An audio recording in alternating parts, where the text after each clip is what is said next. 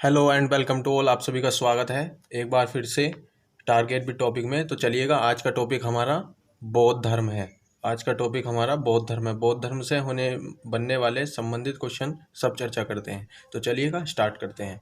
बात करते हैं कि बौद्ध धर्म के संस्थापक की बात करते हैं। तो इस बौद्ध धर्म के संस्थापक हुए हैं गौतम बुद्ध। कौन हुए हैं? गौतम बुद्ध हुए हैं। ये कौन हुए हैं? ये बौद्ध धर्म के संस्थापक हुए हैं। बात करते हैं इनका जन्म हुआ है 563 ईसा पूर्व कपिल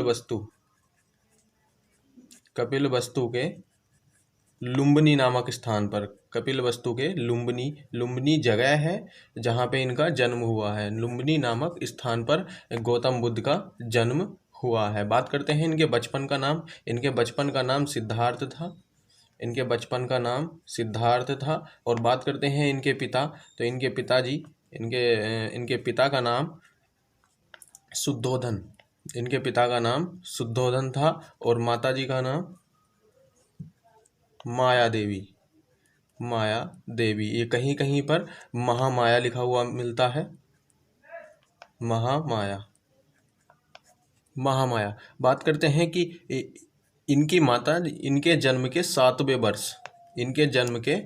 वर्ष ही इनकी माता जी की क्या हो जाती है? मृत्यु हो जाती है। बात करते हैं इनका पालन पोषण की बात करें तो इनका पालन किसने किया है? इनका पालन पोषण प्रजापति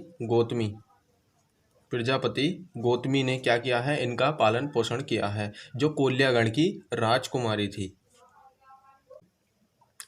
बात करें इनकी पत्नी का नाम। इनकी पत्नी का नाम यशोधरा था। इनकी पत्नी का नाम था, जो 16 वर्ष की अवस्था में इनकी जो है 16 वर्ष की अवस्था में इनकी क्या हुई थी? शादी, यानी इनका विवाह हुआ था। इनकी पत्नी का नाम यशोधरा और माता जी का नाम माया देवी। या पालन पोषण करने वाली माता का नाम प्रजापति गौतमी था। तो माता में और पत्नी में कन्फ्यूज नहीं होंगे। बात करते हैं इनके पुत्र का नाम। इनके पुत्र महात्मा गौतम बुद्ध के पुत्र का नाम क्या था? राहुल था। इनके पुत्र का नाम राहुल था। इन्होंने 29 वर्ष की अवस्था में, महात्मा गौतम बुद्ध ने कितने वर्ष की अवस्था में गृह त्याग किया? 29 वर्ष की अवस्था में क्या किया? इन्होंने गृह त्याग किया। मालूम कर लेगी कितने वर्ष की अवस्था में इन्होंने गृह त्याग किया? तो 29 वर्ष की अवस्था में इन्होंने गृह त्याग किया था। और बात करें इन्हें ज्ञान की प्राप्ति की बात करते हैं। ज्ञान की प्राप्ति, तो इन्हें ज्ञान कब प्राप्त हुआ? तो मालूम कर रहे किस नदी के किनारे? तो निरंजना नदी के किनारे। और पीपल के वृक्ष के नीचे निरंजना नदी और पीपल वृक्ष के नीचे। अगर मालूम कर ले कि निरंजना नदी नहीं आता ऑप्शन में, तो पुनपुन नदी या फाल्गु नदी, ये नदियाँ ऑप्शन में दिखाई देंगी। तो कंफ्यूज नहीं होंगे बिल्कुल भी, कोई बात नहीं। बात करते हैं, अब मालूम कर ले कि वो स्थान का नाम क्या है जिस स्थान पे इन्हें ज्ञान की प्राप्ति हुई है। तो स्थान का नाम मालूम कर ले, तो स्थान का नाम है उरुकबेला। वो जगह है जहाँ इन्हें क्या हुआ है? ज्ञान प्राप्त हुआ है। बात करते हैं कि ये जो पीपल का वृक्ष है, क्वेश्चन आता है कि पीपल के वृक्ष को किसने कटवाया था? तो गौड़ वंश का शासक था, जिसका नाम था शशांक। वो शासक है या वो राजा है जिसने बोधि वृक्ष या पीपल का वृक्ष कटवाया था। और बात करते हैं गोड़ किसका प्राचीन नाम है? तो गोड़ पश्चिम बंगाल का प्राचीन नाम है। तो अब पता चल जाएगा कि ये शशांक जो था, ये किस वंश का राजा था या किस राज्य का राजा था? तो बंगाल राज्य का राजा था। और बात करते हैं कि 29 वर्ष की अवस्था में गृह त्याग किया। तो ये गृह त्याग की घटना क्या कहलाई? महाभिनिष्क्रमण कहलाई। क्या कहलाई?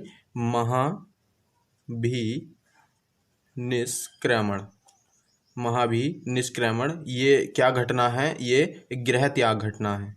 जब इन्होंने गृह त्याग किया था। महात्मा गौतम बुद्ध ने गृह त्याग किया था कितने वर्ष की अवस्था में? 29 वर्ष की अवस्था में इन्होंने गृह त्याग किया था। और जब इन्हें ज्ञान प्राप्त हो गया, निरंजना नदी के किनारे पुनपुन नदी मालूम कर ले कि फाल्गुन नदी, या वो स्थान दे मालूम कर ले कि वो स्थान का नाम क्या है, तो उरुग्वेला वो स्थान है जहाँ इन्हें ज्ञान की प्राप्ति है। तो ज्ञान की प्राप्ति के जो इन्होंने प्रथम उपदेश दिए थे, यानी कि प्रथम ज्ञान प्राप्त होने के बाद इन्होंने जब प्रथम उपदेश दिए थे, प्रथम उपदेश कहाँ दिए थे? सारनाथ। कहाँ दिए? सारनाथ में। सारनाथ में गौतम बुद्ध ने सबसे पहले उपदेश दिए जो पाली भाषा में थे, जो पाली भाषा में थे। इन्होंने पाली भाषा में अपने प्रथम उपदेश दिए हैं। यह घटना, प्रथम उपदेश घटना क्या कहलाई? धर्म चक्र, धर्म चक्र परिवर्तन। ये घटना क्या कहलाई? धर्म चक्र परिवर्तन कहलाई। और मालूम कर ले कि सर्वाधिक उपदेश, ये तो प्रथम उपदेश थे, मालूम कर ले सर्वाधिक उपदेश, सर्वाधिक उपदेश, सर्वाधिक उपदेश इन्होंने कहाँ दिए? तो सर्वाधिक उपदेश इन्होंने श्रावस्ती, श्रावस्ती जो कौशल नरेश, जो कौशल नरेश की राजधानी थी, जो कौशल नरेश की राजधानी थी। कौन? श्रावस्ती। श्रावस्ती में गौतम बुद्ध ने सबसे सर्वाधिक उपदेश दिए हैं। मालूम कर ले कि प्रथम उपदेश, तो प्रथम उपदेश सारनाथ पाली भाषा में दिए। यह घटना धर्मचक्र परिवर्तन कहलाई। और सर्वाधिक उपदेश श्रावस्ती कौशल नरेश की राजधानी थी। और मालूम कर ले कि गौतम बुद्ध के गुरु का नाम, गौतम बुद्ध के गुरु का नाम, इनके गुरु का नाम अलार कलाम था, अलार कलाम था। अलार कलाम कौन थे? तो ये गौतम बुद्ध के गुरु थे। और ये किस धर्म के अनुयायी थे? तो सांख्य संप्रदाय के, सांख्य संप्रदाय के अनुयायी थे, अनुयायी थे। ये कौन थे? सांख्य संप्रदाय के अनुयायी थे। बात करते हैं गौतम बुद्ध के शिष्य, शिष्य की बात करते हैं। तो गौतम बुद्ध के शिष्य का नाम है तपस्सु, तपस्सु और कालिक, तपस्सु और कालिक। और मालूम कर ले कि इनके प्रिय शिष्य, प्रिय शिष्य कौन से थे? तो इनके प्रिय शिष्य थे आनंद, आनंद और उपाली, सारिपुत्र।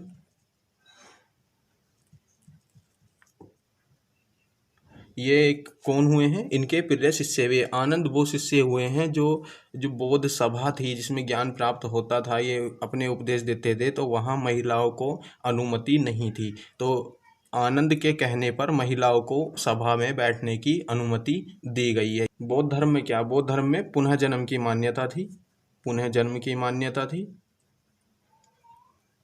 और ये ईश्वर, ईश्वर नहीं माना गया है। इस बौद्ध धर्म में पुनः जन्म की मान्यता थी, ईश्वरवाद पर ये विश्वास नहीं करते थे। अब बात करते हैं, गौतम बुद्ध ने एक उक्ति कही है, वो उक्ति का नाम है कि संसार यानी विश्व दुखों से भरा है, विश्व दुखों से भरा है। यह बात गौतम बुद्ध ने कहाँ से की है? तो ये बात छंदो उपनिषद से ली गई है, छंदो उपनिषद से, छंदो उपनिषद से यह बात ली गई है कि संसार या विश्व दुखों से भरा है। तो यह गौतम बुद्ध ने कहा है और ये घटना छंदो उपनिषद से ली गई है। बौद्ध धर्म के अनुयायी, बात करते हैं, बौद्ध धर्म के अनुयायी हुए हैं दो। कौन हुए? कितने हुए हैं? दो। कौन कौन से? भिक्षुक, एक है भिक्षुक और उपासक, भिक्षुक और उपासक। भिक्षुक कौन हुए हैं? भिक्षुक वे हुए हैं जो बौद्ध धर्म का प्रचार करते थे, घर घर जाकर भिक्षा लेते थे और बौद्ध धर्म का प्रचार करते थे, भिक्षुक हुए हैं ये। अब बात करते हैं उपासक। उपासक कौन हुए हैं? जो गृहस्थ जीवन जीकर, गृहस्थ जीवन जीकर गौतम बुद्ध की उपासना घर पे ही करते हैं और अपना जो है गृहस्थ जीवन जी रहे हैं, उपासना कर रहे हैं घर पर रहकर, उपासक होते थे वो। तो बौद्ध धर्म के अनुयायी कितने हुए हैं? दो अनुयायी हुए हैं, अनुयायी हुए हैं दो, भिक्षुक और उपासक। और बात करते हैं कि गौतम बुद्ध की जो मृत्यु हुई थी, गौतम बुद्ध की मृत्यु की बात करते हैं तो 483 में 80 वर्ष की अवस्था में, इनकी उम्र उस समय 80 वर्ष थी जब इनकी क्या हुई है? मृत्यु हुई है। बात करते हैं मृत्यु कहाँ हुई है? तो इनकी मृत्यु 483 ईसा पूर्व कहाँ हुई है? कुशीनगर। कुशीनगर में। कुशीनगर में कहाँ हुई है? कुशीनगर में हुई है। जो मालूम कर ले कि दिन कौन सा था। तो मैं तुम्हें एक बात बता देता हूँ कि गौतम बुद्ध का जन्म प्लस ज्ञान प्राप्त प्लस और मृत्यु, इन्हें एक ही दिन यानी कि वैशाख पूर्णिमा के दिन ही इन्हें क्या हुआ है? ज्ञान प्राप्त हुआ है। ज्ञान प्राप्त हुआ है, मृत्यु हुई है और इनका जन्म इसी वैशाख पूर्णिमा के दिन ही हुआ है। मालूम कर ले कि गौतम बुद्ध के जन्म जब हुआ था उनका, तो वो दिन कौन सा था? तो वैशाख पूर्णिमा का था। ज्ञान की प्राप्ति के दिन ही ज्ञान, ये तीनों ही दिन एक ही हैं। और बात करते हैं कि गौतम बुद्ध के घोड़े का नाम क्या था? गौतम बुद्ध के घोड़े का नाम इनके कंथक था। कंथक और एक हुआ है चन्ना। इनके घोड़े का नाम क्या है? कंथक है। और चन्ना कौन है? इनका सारथी। चन्ना कौन है? सारथी है। जो इनका क्या है? सारथी है, जिसका नाम चन्ना है। और बात करते हैं कि बौद्ध धर्म में त्रिरत्न हुए हैं। बौद्ध धर्म में क्या हुए हैं? त्रिरत्न कौन कौन से हैं वो देख लेते हैं। त्रिरत्न कौन कौन से? बुद्ध, धम्म और संघ। बौद्ध धर्म में कितने त्रिरत्न हुए हैं? 3, बुद्ध, धम्म और संघ। बात करते हैं कि गौतम बुद्ध के सब बौद्ध सभाएं, यानी कि जो बौद्ध सभाएं हुई हैं गौतम बुद्ध के शासनकाल में ही, तो बात करते हैं बौद्ध सभा कितनी हुई हैं? 4 हुई हैं। तो कौन सी देखते हैं। पहली बौद्ध सभा 483 ईसा पूर्व 483 ईसा पूर्व राजगृह में हुई और महाकश्यप ये कौन थे? उस समय यहाँ के अध्यक्ष थे और शासनकाल था अजातशत्रु का। मालूम कर ले कि प्रथम बौद्ध सभा 483 ईसा पूर्व में हुई, जो राजगृह में हुई थी। महाकश्यप उस समय अध्यक्ष थे। इनके अध्यक्षता में प्रथम बौद्ध सभा हुई है और शासनकाल अजातशत्रु का था। शासनकाल किसका था? अजातशत्रु का। बात करते हैं दूसरी बौद्ध सभा कब हुई? दूसरी बौद्ध सभा 383 ईसा पूर्व वैशाली में हुई। 383 ईसा पूर्व वैशाली। और अध्यक्ष उस समय अध्यक्ष कौन थे? साबाकामी। और शासनकाल था काला अशोक।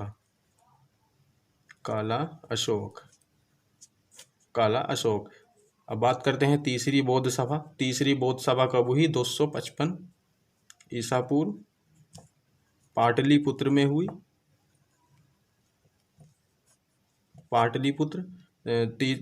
तीसरी बौद्ध सभा के अध्यक्ष कौन थे?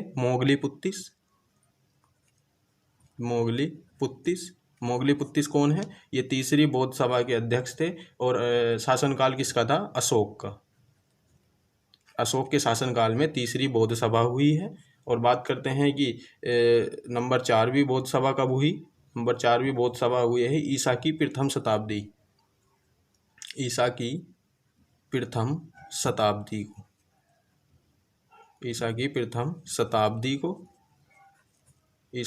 शताब्दी को कुंडल वन में। कहाँ हुई है? कुंडल वन में हुई है। और उस समय अध्यक्ष कौन थे? तो वसुमित्र उस समय अध्यक्ष थे। और शासनकाल किसका था? शासनकाल था कनिष्क का। उस समय कनिष्क का शासनकाल था जब नंबर 4वीं बौद्ध सभा हुई थी। और बात करते हैं कि जो बौद्ध धर्म में जो बौद्ध सभा होती थी, महात्मा बुद्ध की बौद्ध सभा जो होती थी, उसमें किन जो मतलब उन व्यक्ति का नाम है जो बौद्ध सभा में नहीं बैठ सकते थे। तो वे कौन कौन थे? या तो कोई वो चोर हो, या कोई हत्यारा हो, या कोई ऋणी हो, या कोई दास हो, या राजा का सेवक। ये वो व्यक्ति हैं जिन्हें बौद्ध सभा में अनुमति नहीं थी। ये किसी भी कंडीशन पे जो है बौद्ध सभा में नहीं जा सकते थे। कौन? चोर, हत्यारा, ऋणी, दास और राजा का सेवक। और पहले बात करते हैं पहले महिलाओं को। बौद्ध सभा में महिलाओं की अनुमति नहीं थी, मगर आनंद के कहने पर, आनंद कौन है? ये गौतम बुद्ध का प्रिय शिष्य था। इसके आनंद के कहने पर बौद्ध सभा में महिलाओं की अनुमति हुई। और बात करते हैं कुछ अदर क्वेश्चन होगी। अदर क्वेश्चन है जैसे बौद्ध धर्म में पवित्र दिशा की बात करते हैं। पवित्र दिशा, तो इनकी बौद्ध धर्म में पवित्र दिशा कौन सी थी? तो पवित्र दिशा ये दक्षिण थी। दक्षिण दिशा को बौद्ध धर्म के लोग पवित्र दिशा मानते थे। और बात कर रहे हैं बौद्ध धर्म की भाषा, तो भाषा कैसी थी? तो भाषा इनकी पाली भाषा थी, पाली भाषा थी। और दिशा कैसी थी? दक्षिण दिशा, जिसे ये क्या मानते थे? पवित्र मानते थे। बात करते हैं कि गौतम बुद्ध को निर्वाण की प्राप्ति, ये निर्वाण, मृत्यु मतलब निर्वाण, निर्वाण मतलब ये निर्वाण, कहीं कहीं पे निर्वाण भी लिखा हुआ आ सकता है, कहीं कहीं पे मृत्यु। तो निर्वाण की बात करते हैं। निर्वाण का अर्थ क्या होता है? निर्वाण का अर्थ है दीपक का बुझना, दीपक का बुझना, दीपक का बुझना, यानी कि जीव, या दीपक का बुझना मतलब जीवन, जीवन मरण के चक्र से मुक्त होना, जीवन चरण के चक्र से क्या होना? मुक्त होना ही क्या कहलाता है? निर्वाण कहलाता है। निर्वाण का अर्थ दीपक का बुझना या जीवन मरण के चक्र से मुक्त होना ही क्या कहलाता है? निर्वाण या मृत्यु। तो कब हुई थी गौतम बुद्ध की मृत्यु? 483 ईसा पूर्व में 80 वर्ष की अवस्था में कुशीनगर नामक स्थान पर इनके क्या हो गया था? इन्हें निर्वाण प्राप्त हो गया था। बात करते हैं कि बुद्ध ने सबसे पहले तपस्या, गौतम बुद्ध को जब ज्ञान प्राप्त हुआ था तो उन्होंने सबसे पहले तपस्या कहाँ की थी? तो इन्होंने सबसे पहले तपस्या वो जगह का नाम है जहाँ इन्हें ज्ञान प्राप्त हुआ है, उरुकबेला। उरुकबेला में इन्होंने सबसे पहले क्या करी थी? सबसे पहले तपस्या की थी। तपस्या इन्होंने कहाँ की थी? उरुकबेला। उरुकबेला में ही इन्हें ज्ञान की प्राप्ति हुई है। और बात करते हैं कि बुद्ध ने पंचशील सिद्धांत का वर्णन किस उपनिषद लिया है? तो छंदो उपनिषद से लिया है। महात्मा बुद्ध ने पंचशील सिद्धांत का वर्णन कहाँ से किया है? छंदो उपनिषद से किया है। और बात करते हैं गौतम बुद्ध के प्रतीक चिन्ह। प्रतीक चिन्ह पे भी क्वेश्चन बनते हैं। प्रतीक चिन्ह कि कहने का मतलब मेरा यह है कि वो प्रतीक चिन्ह बताएं जब गौतम बुद्ध जो है गर्भ में आए थे। तो गर्भ में आने का प्रतीक चिन्ह क्या है? गर्भ में आने का प्रतीक चिन्ह है हाथी। ये ऐसे ऐसे क्वेश्चन भी बनते हैं। तो जब इनका जन्म हुआ था तो जन्म के समय प्रतीक चिन्ह दिखाया है कमल। और बात करते हैं जब ये यौवन यानी जवान हुए थे तो सांड जब ये यौवन अवस्था में आए थे तो सांड इनका प्रतीक चिन्ह था। और बात करते हैं कि जो गृह त्याग है, इन्होंने गृह त्याग किया था 29 वर्ष की अवस्था में, अभी बताया है। तो इसका प्रतीक चिन्ह क्या है? घोड़ा। घोड़ा इनका प्रतीक चिन्ह है गृह त्याग का। और बात करते हैं कि ज्ञान की प्राप्ति, तो ज्ञान की प्राप्ति का प्रतीक चिन्ह है बोधि। बोधि यानी पीपल। ये वो वृक्ष है जिस वृक्ष के नीचे गौतम बुद्ध को ज्ञान प्राप्त हुआ है। और बात करते हैं इनकी मृत्यु, तो मृत्यु का प्रतीक चिन्ह था स्तूप। क्या था? स्तूप। तो प्रतीक चिन्ह से भी जितने भी क्वेश्चन हो सकते हैं सब बन गए हैं, इससे बाहर कुछ नहीं है। और बस इस वीडियो में इतना ही। मिलते हैं अगली वीडियो में। जब तक हमारे साथ जुड़े रहिए, हमारे चैनल को सब्सक्राइब करिए और वीडियो को लाइक करिए, अपने दोस्तों के साथ शेयर भी करिए।